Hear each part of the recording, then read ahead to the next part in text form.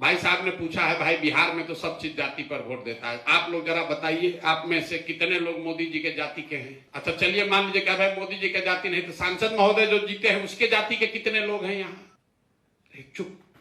तुरंत आदमी कहेगा भैया वो तो मोदी जी के नाम पर, मोदी जी का करिश्मा है इसलिए दिए हैं। तो करिश्मा है तो जाति नहीं समझ में आता है ना। हिंदू मुसलमान हो जाता है तो जाति नहीं बुझाता है। मोदी का करिश्मा है तो जाति नहीं बुझाता है। पुलवामा हो जाता है तो जाति भुला जाते हैं। बोफोर्स का मुद्दा आया तो जाति भूल गए। इंदिरा गांधी की मृत्यु हो गई तो जाति भूल गए। आगे क्या होगा छोड़िए, जो पीछे 30 साल में होता रहा है, जब भी कोई घटना, कोई व्यक्ति, कोई प्रयास, कोई विचारधारा समाज के इमेजिनेशन को कैप्चर कर ले तो समाज में ये ताकत है, वो जातियों से ऊपर उठकर वोट करता रहा है। ये आगे नहीं पीछे की बात कर रहे हैं। 84 में बिहार में सभी जातियों के लोगों ने कांग्रेस को वोट दिया। 89 में सभी जातियों के लोगों ने बीपी सिंह को वोट देकर जिताया। 2014 में सभी जातियों के लोगों ने मोदी जी को जिताया। 2019 में पुलवामा के नाम पर सब लोग मिलकर जाकर भाजपा को वोट दिए, तो आगे भी दे सकते हैं। कई आदमी तुरंत कहता है अरे ये तो लोकसभा का नाम एग्जाम्पल दिए, हम न जानते हैं। विधानसभा में ही नहीं होता, विधानसभा में तो जतिये पर वोट पड़ेगा। आप देखिए 2010 में नीतीश कुमार और भाजपा वाले लोग बिहार में चुनाव जीते। कितना सीट आया? 206। एनडीए को 206 सीट आया। सामने उनका लड़ाई किससे था? लालू जी, रामविलास जी और कांग्रेस, तीनों एक साथ थे। तब नीतीश जी के साथ भाजपा थी। भाजपा में मोदी नहीं थे उस समय, इतना बड़ा ताकत मोदी, अमित शाह संग ये सब नहीं था। केंद्र में कांग्रेस की सरकार थी। लालू जी भी तब जवान थे, ज्यादा उनका ताकत भी था। रामविलास जी भी थे। तीनों लोग एक साथ, और नीतीश भाजपा एक साथ। नीतीश भाजपा को कितना सीट आया? 206। लालू कांग्रेस रामविलास जी को कितना सीट आया? 30, 32, 34 एग्जैक्ट। फिर वही कॉम्बिनेशन चुनाव लड़ा पिछला 2020। इस बार फिर नीतीश जी और भाजपा साथ में। इस बार मोदी जी भी थे, अमित शाह भी थे, देश में भाजपा की सरकार भी है, और सामने से लालू जी, कांग्रेस और रामविलास जी उसमें नहीं थे। रामविलास जी तो रहे नहीं।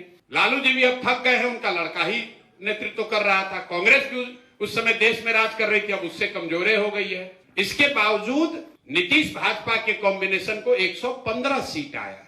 क्या हुआ? नीतीश भाजपा के जाति और जाति समीकरण के लोग बिहार छोड़कर चले गए? नहीं। 2010 में 206 सीट इसलिए आया था कि जाति का समीकरण भी था, और बिहार का करीब करीब हर व्यक्ति ये मानता था कि नीतीश ने पहले टर्म में अच्छा काम किया है, तो उसने जाति का समीकरण भी है और काम भी है, तो 206 सीट आया है। और 2020 में खाली जाति के समीकरण पर लड़ने गए तो 115 आने में दम निकल गया। तो जाति समाज की सच्चाई है। हम ये नहीं कह रहे हैं कि जाति पर वोट नहीं है, लेकिन जाति एकमात्र सच्चाई नहीं है। और बिहार के होने के नाते एक बात आप समझ लीजिए कि जाति सिर्फ बिहार में नहीं है। गुजरात में आज से 40 वर्ष पहले खाम थ्योरी था, KHAM।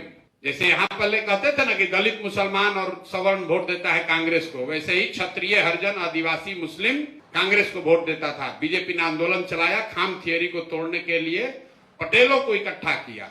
तो खाम और पटेल बिहार में थे, बिहार का नेता जाके वहां जाति फैलाया था। आप सुने होंगे आंध्र प्रदेश में NT रामाराव का नाम, उन्होंने रेड्डियों को चुनौती देने के लिए, वो खम्मा जाति के थे, तो कम्मा रेड्डी आज तक वहां मारामारी चल रहा है। कर्नाटक में लिंगायत बोकालिगा में मारामारी चल रहा है। कोई ऐसा राज्य नहीं जहां जाति नहीं है। अगर समाज में जाति सच्चाई है तो राजनीति में भी जाति होगी। समाज में भ्रष्टाचार है तो राजनीति में भी भ्रष्टाचार होगा।